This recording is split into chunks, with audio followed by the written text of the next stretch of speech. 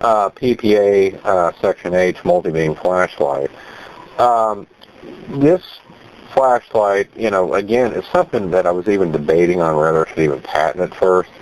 Because, I think I'm sure somebody's kind of done something like that, but, I just really haven't found anything, involving the use of multiple beam angle LEDs, and certainly you see some flashlights out there with optics on them, like lenses and stuff, but this really, in this day and age, is a cheaper way of getting variable beam angle out of a flashlight, especially since they make particularly wide LEDs in so many different beam angles. 15 degree being popular, but 25 degree being useful, and 55 degree being useful, and even 110 is useful depending on what you're working on. And and the multi-beam flashlight that I presented, of course, also has red LEDs in it and UV LEDs in it. Red LEDs are great for not spoiling your night vision, and that's been done for a long time. And then the UV is great for finding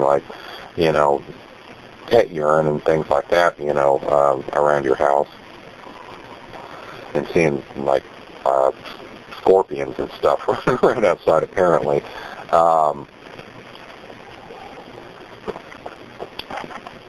But, it's certainly also possible to put, like I mentioned in the text, RGB colors in it and so forth, so you can actually form different lighting combinations, for different environments, like yellow with, I still don't know yet if yellow LEDs make a good bug light or not. I'm still wanting to figure that out. These have those yellow light bulbs because the bugs aren't as attracted to them. I don't know if that really applies for like amber LEDs or not. But I'm sure it will work with white LEDs behind a yellow backing if nothing else. But still, the point is that it's pretty remarkable when you actually have an RGB light. If you actually have ever worked under an RGB light, especially a tunable one, how certain things just appear so much crisper under that kind of lighting than they do under normal white lighting, because a lot of your paisley colors aren't as pronounced under it. It just really tends to make items, and this is kind of coming from my sign days, but making items that are lit with it, really have more punch. They just stand out more from a display standpoint. So I don't know if there's any value in there, but I did talk about a lot of the IP, other ramifications in there as well. But this product, again, the real value in it is actually the idea of the push button that I have in it.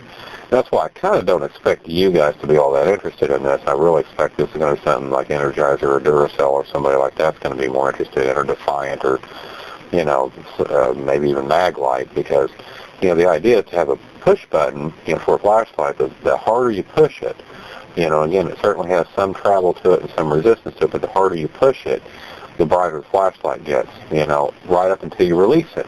And when you release the switch, it stays at the latest brightness level it was up to. So if you push it really light and let off of it, the flashlight will be dimly lit. If you push it a little heavier, it'll be a little more heavily lit, or brightly lit. And then if you push it real hard, light up to full brightness. Again, all directly proportional to your squeeze on the thing, and or your push on the button, so to speak. So, and again, theoretically, even a concept like that could be actually incorporated into the handle if you want, but I don't know if that's such a good idea, because the point is that, a quick tap on the button afterwards, will turn the thing off, or make it start dimming out based on your squeeze. You could have it work the opposite way.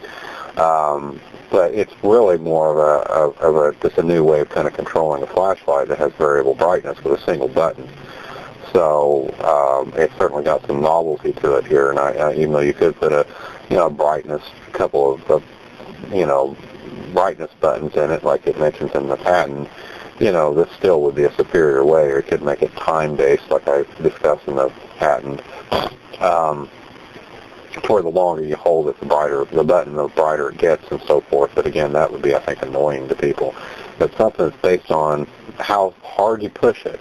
And again, that's a tactile thing you'd have to work out. But, to get the right stiffness and everything, for the average person out there. But, again, you don't want it to where, just pushing in on it slightly causes it to go to full brightness. I mean, you want it to where you have to bear down on it a little bit to get it up to full brightness. So it's just, that's a real valuable part of the patent. Provisional patent is the possibility of it being used and licensed, to people that make multiple flashlights, because I do think that really could be a novel, good way to control one. But since I don't have a prototype of it at the moment, it's still hard to say just how awesome it would be. But it's still something that I can see being kind of nice. Being able to apply it, and after you've used it for a while, a few times, you'll start to get a feel of how hard to push that button on to get up to the brightness level you want, which really isn't a problem, because usually if you're in the dark, it's really just a matter of kind of holding it. As long as you hold it, as long as the button's pushed in, again, because it's going to have travel to it, of a quarter of an inch or more. So as long as you're pushing in the button, you're in program mode. And it's until, so even if you start backing off on the button a little bit, it can, as long as it's slowly,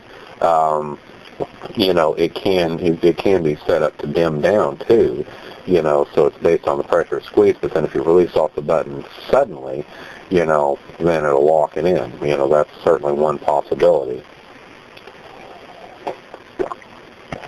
But at the very least, being able to squeeze it in and, and then release it, just have it work in one way, action would definitely always work properly.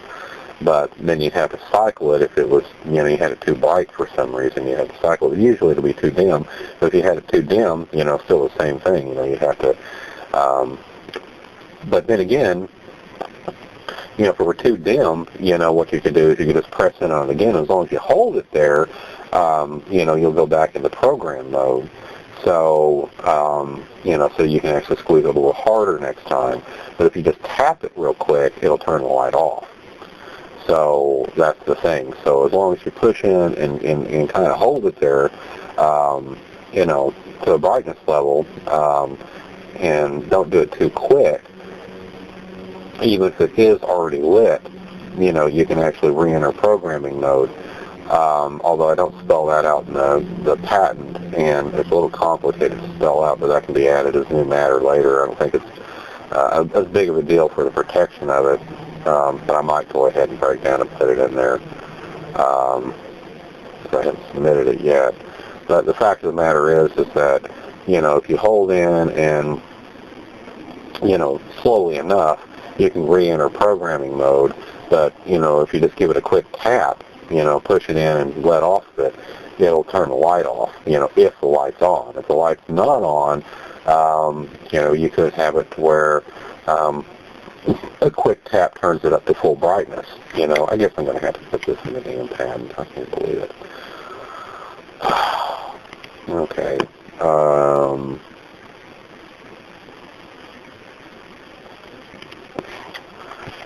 right. Anyway, on that.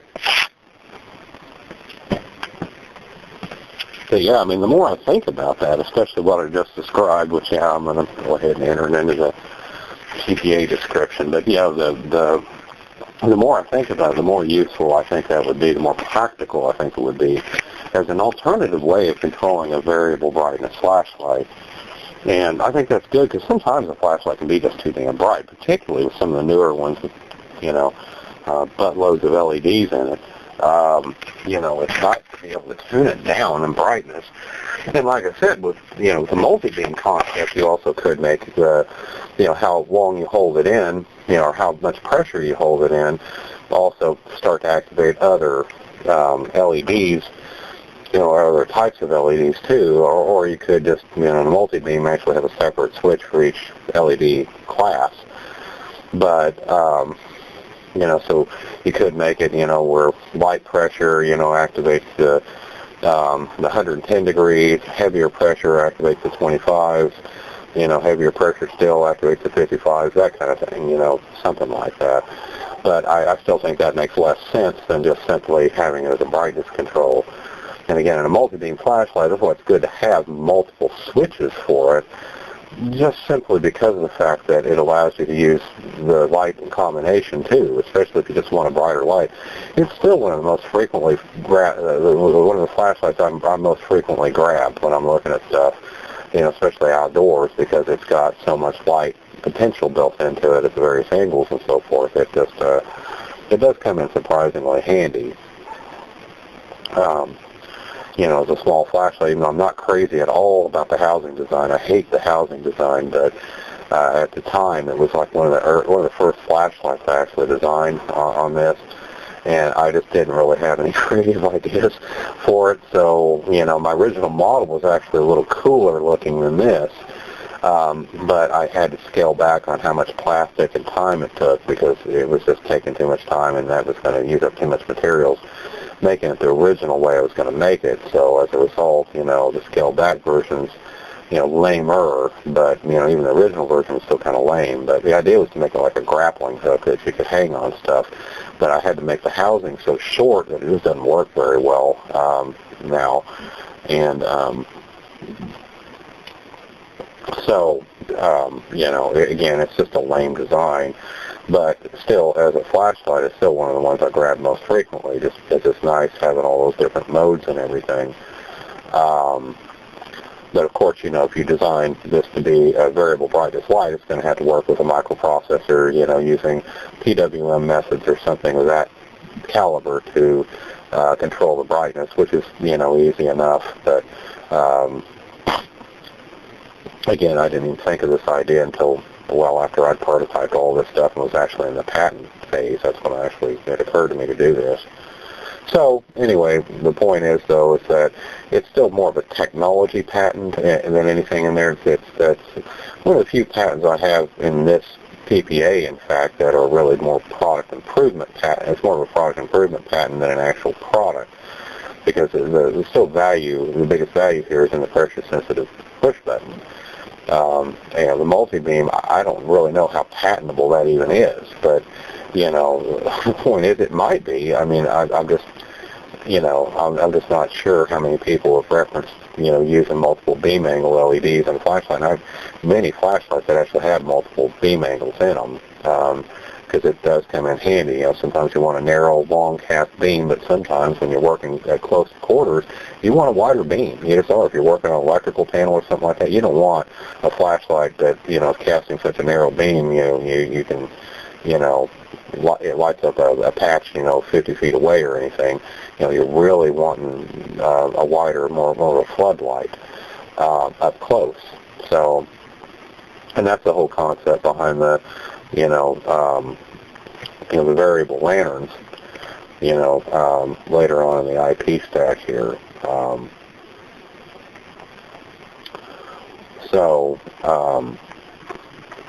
Having that ability to directly vary this in a very fine-tuned way, without using optics. And so, like I said, that,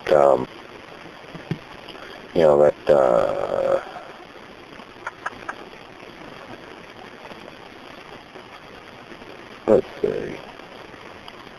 I can't find anything.